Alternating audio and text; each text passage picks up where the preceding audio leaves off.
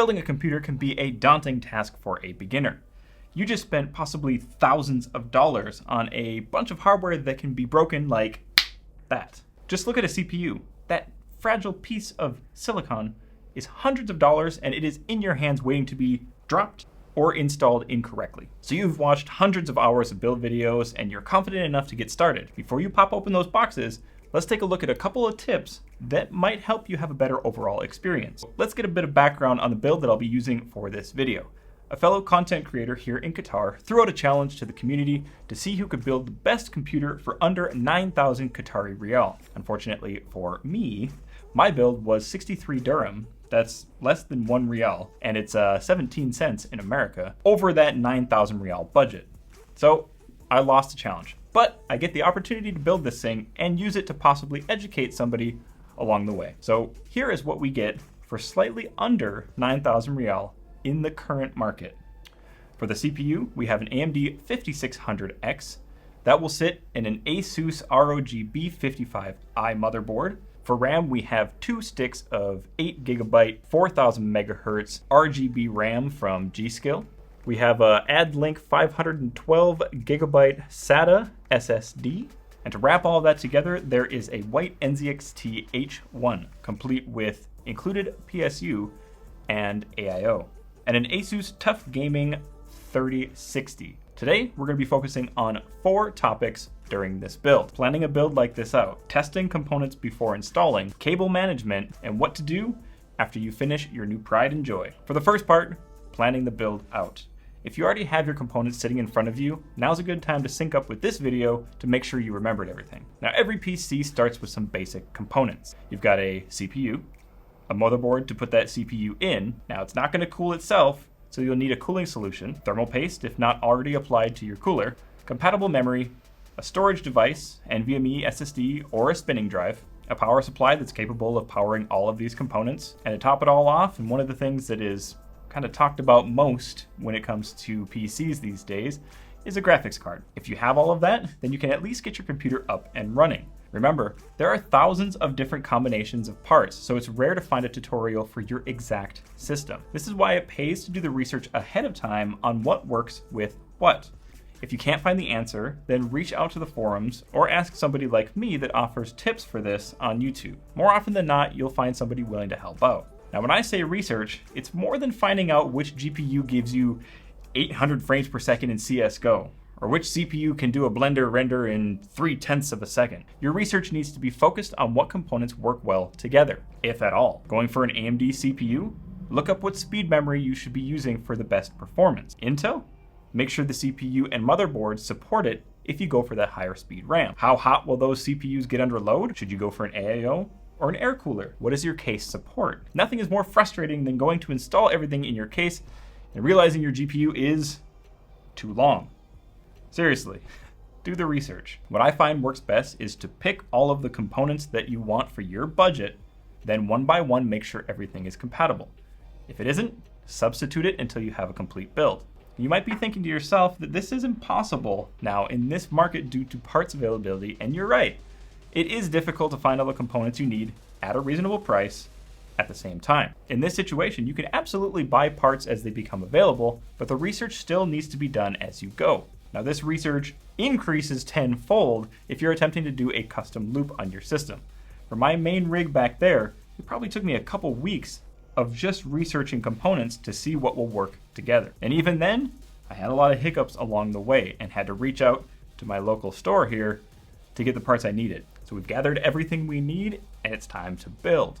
So let's tear open all the boxes, slap it all together, and call it a day, right? Well, hold on there, buddy. It is highly recommended that you take out those parts and connect them outside for testing prior to opening up that case. That is, if you aren't using something like the NZXT H1, like I will be using here. This has an included SFX power supply and an AIO pre-installed. Lucky for me, the 5600X I'll be using for this build has a cooler included, so we'll be using this to test prior to installing. This also helps us get a good baseline on temperatures, and we can compare it against that installed AIO. Now, testing everything beforehand can help you identify problematic components at an early stage, like leaving the sticker on the AIO. Don't do that. This is also a good way to make sure you correctly install things like the CPU, cooler bracket, and memory, which can be damaged when trying to install at odd orientations, especially for that cooler backplate, involves taking the motherboard completely out to make adjustments. It's also a lot easier to work on this while it's out, and to identify where things are, like your RGB headers, the power connector, and all the various ports that you'll be using. What I'm going to do now is I'm going to take all those components, put them together, throw it into the case, and then we can talk about our next topic. And it's a boring one: cable management.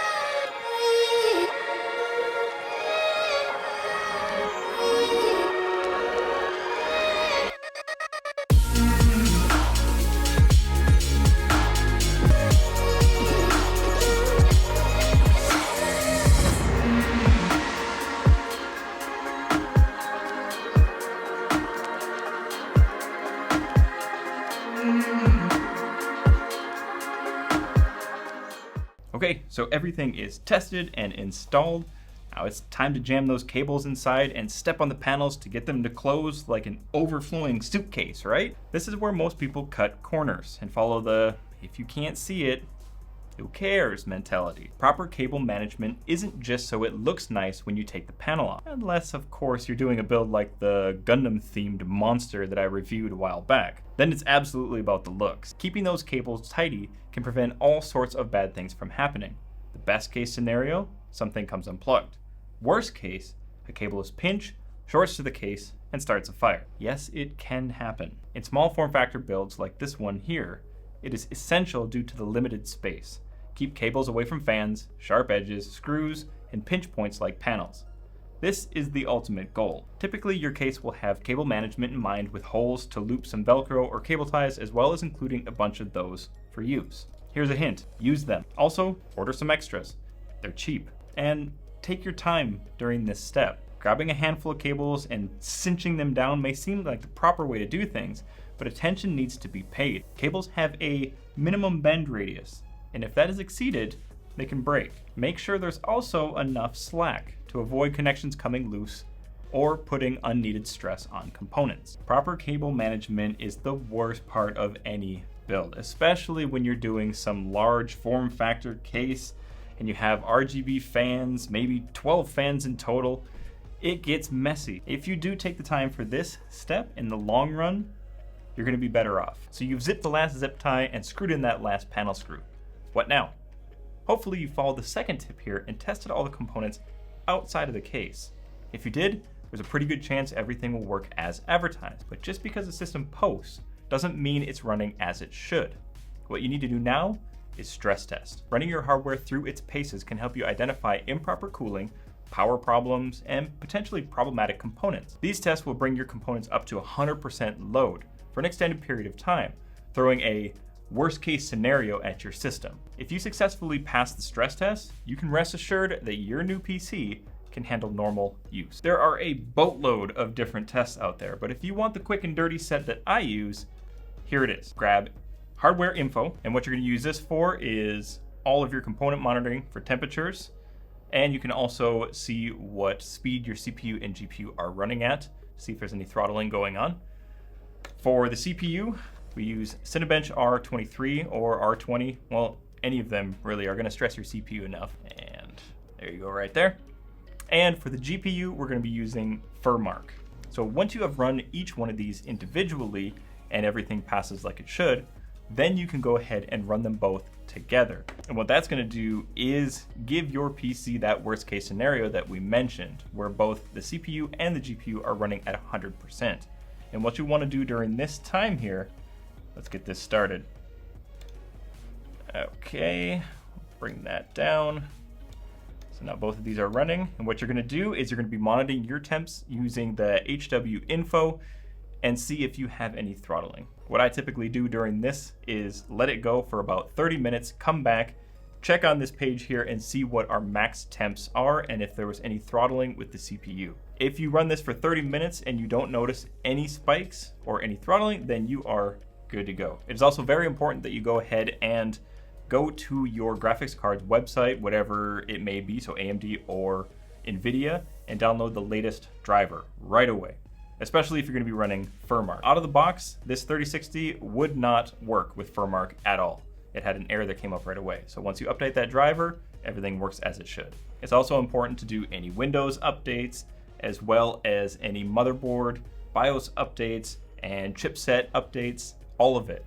So Asus here, the one I'm using, has the Armory crate, and that makes it pretty easy. You just go into the download center and it has everything listed that should be updated, what the current version and what the new version is, and you can download everything all at once. So once you have updated Windows, updated your drivers, updated anything else that needs to be updated, and then gone through the stress test of the CPU, GPU, and then both at the same time, you can pretty much guarantee that your PC is going to handle normal load with ease. And if you have reached that point, congratulations. Now, I want to thank you guys for watching. Don't forget to subscribe, and I'll see you guys in the next one.